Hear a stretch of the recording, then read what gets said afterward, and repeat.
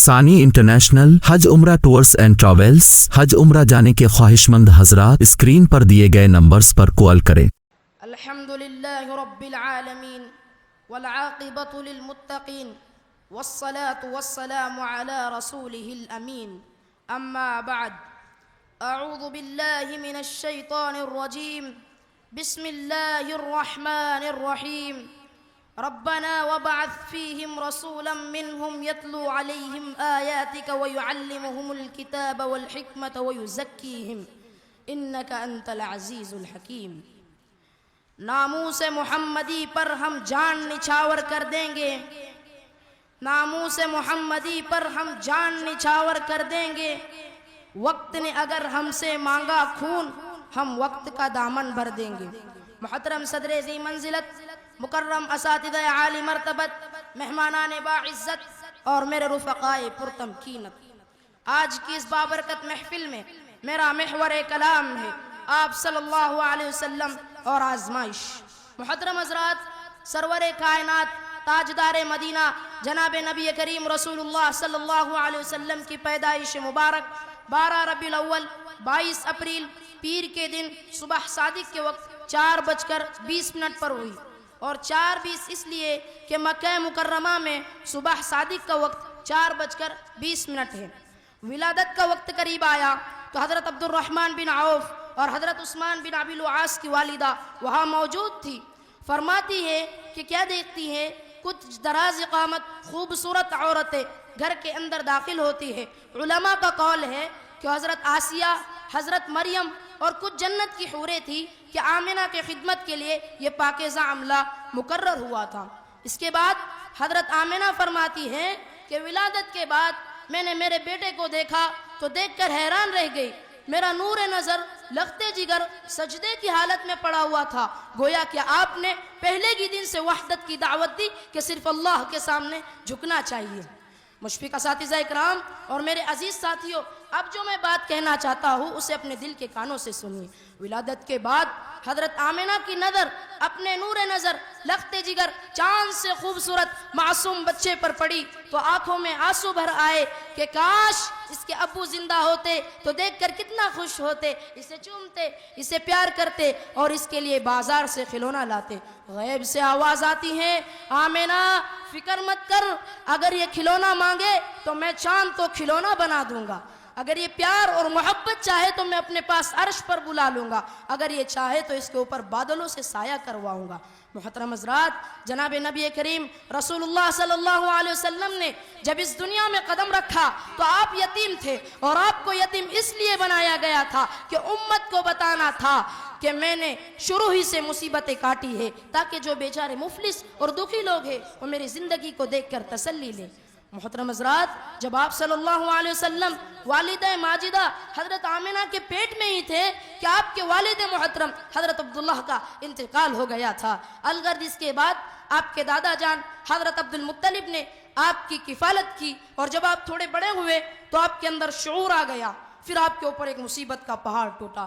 آپ صلی اللہ علیہ وسلم 6 سال کی عمر کو پہنچے تو والدہ ماجدہ حضرت آمنہ اور باندی ام ایمن کے ساتھ مدینہ کی طرف چلے۔ راستے میں حضرت آمنہ نے چاہا کہ اپنے شوہر کی قبر کی زیارت بھی کر لے، اور مدینہ سے رشتہ داروں سے مل کر واپس ہوئے تو مقام ابوا پر حضرت آمنہ نے آپ صلی اللہ علیہ وسلم سے کہا کہ دیکھ بیٹا، تیرے ابو کی قبر یہاں ہے۔ وہ معصوم 6 سال کا عمر کا بچہ یہ سنتا ہے تو بے اختیار رو پڑتا ہے اور اپنے ابو کی قبر سے لپٹ جاتا ہے، اور اسی منظر کو دیکھ کر حضرت آمنہ کی طبیعت خراب ہونے لگتی ہے۔ سوچئے تو ذرا، ایسے ویران جگہ پر ایک معصوم بچہ اپنی آنکھوں سے اپنی ماں کو مرتا دیکھ رہا ہے، اس ماں پر کیا بیت رہی ہوں گی کہ پردیس میں اپنے بچے کو لا کر محبتوں اور شفقتوں کا چراغ اپنی آنکھوں سے مٹتا دیکھ رہی ہے۔ یقیناً اس منظر کو دیکھ کر وہاں کا صحرا بھی کانپ اٹھا ہوگا۔ اس کے بعد حضرت آمنہ آپ صلی اللہ علیہ وسلم کے چہرے انور پر ہاتھ پھیر کر کہتی ہے، میرے بیٹے، میرا وقت قریب آ گیا ہے، مگر تیرا نام اس دنیا میں چمکے گا، اور آخری نگاہ اپنے بچے پر ڈال کر اس دنیا سے رخصت ہو جاتی ہے۔ پھر حضرت ام ایمن کسی طریقے سے قبر کو تیار کرتی ہے اور اس معصوم بچے کے سامنے اس کی ماں کو قبر میں اتار دیتی ہے اور کسی طریقے سے دفن کر دیتی ہے۔ وہ معصوم معصوم بچہ روتے اور گڑ گڑاتے ہوئے اپنے ننھے منھے ہاتھوں سے اپنی ماں کے قبر کے اوپر مٹی ڈالتا ہے. اس کے بعد حضرت ام ایمن آپ صلی اللہ علیہ وسلم کا ہاتھ پکڑ لیتی ہے اور مکہ کی طرف چلنے کو کہتی ہے، مگر وہ معصوم بچہ اپنی ماں کی کمر سے چمٹ جاتا ہے اور کہنے لگتا ہے میں میری ماں کو چھوڑ کر کبھی نہیں آؤں گا. اس کے بعد حضرت ام ایمن کسی طریقے سے آپ صلی اللہ علیہ وسلم کو لیے مکہ کی طرف چل دیتی ہے. ابوا سے مکہ 3 دن کا راستہ ہے. معصوم بچہ مکہ تک آئے تک روتے ہوئے آتا ہے، گویا کہ اس کے آنسو پوچھنے والا بھی کوئی موجود نہیں تھا. کتب سیرت میں موجود ہے صلح حدیبیہ کے موقع پر آپ صلی اللہ علیہ وسلم کا گزر ایک مرتبہ وہاں سے ہوا. آپ صلی اللہ علیہ وسلم نے اپنی والدہ ماجدہ حضرت آمنہ کی قبر کی مٹی کو درست کیا اور اس قدر روئے کہ داڑھی مبارک تر ہو گئی، اور یہ منظر دیکھ کر صحابہ کرام بھی رونے لگے. بہرحال اس کے بعد جب آپ مکہ آئے تو آپ کے دادا جان حضرت عبد المطلب نے آپ کی کفالت کی، اور 2 ہی سال آگے بڑھے تھے کہ دادا جان کا بھی انتقال ہو گیا. ایک مرتبہ صحابہ اکرام سے آپ صلی اللہ علیہ وسلم نے عرض کیا کہ مجھے اب بھی یاد ہے میرے دادا کا انتقال ہوا تھا اور میں جنازے کے پیچھے پیچھے روتا ہوا جا رہا تھا. محترم سامعین، ایسی کئی بڑی بڑی مصیبتیں اللہ رب العزت نے آپ صلی اللہ علیہ وسلم کو دی تھی، اور اللہ رب العزت نے یہ ساری مصیبتیں آپ صلی اللہ علیہ وسلم کو اس لیے دی کہ خداوند کو معلوم تھا میرے اس حبیب کے امت میں موٹے موٹے گدے پر بیٹھنے والے، عیش و آرام والے بے حد کم ہوں گے. میرے اس حبیب کے امت میں خستہ حال، دکھ درد والے تندرست بے حد ہوں گے. میرے حبیب کی زندگی کو دیکھ کر وہ تسلی اور سکون والی زندگی گزار سکیں گے. اس لیے اللہ رب العزت نے آپ صلی اللہ علیہ وسلم کو یہ ساری مصیبتیں دی تھی.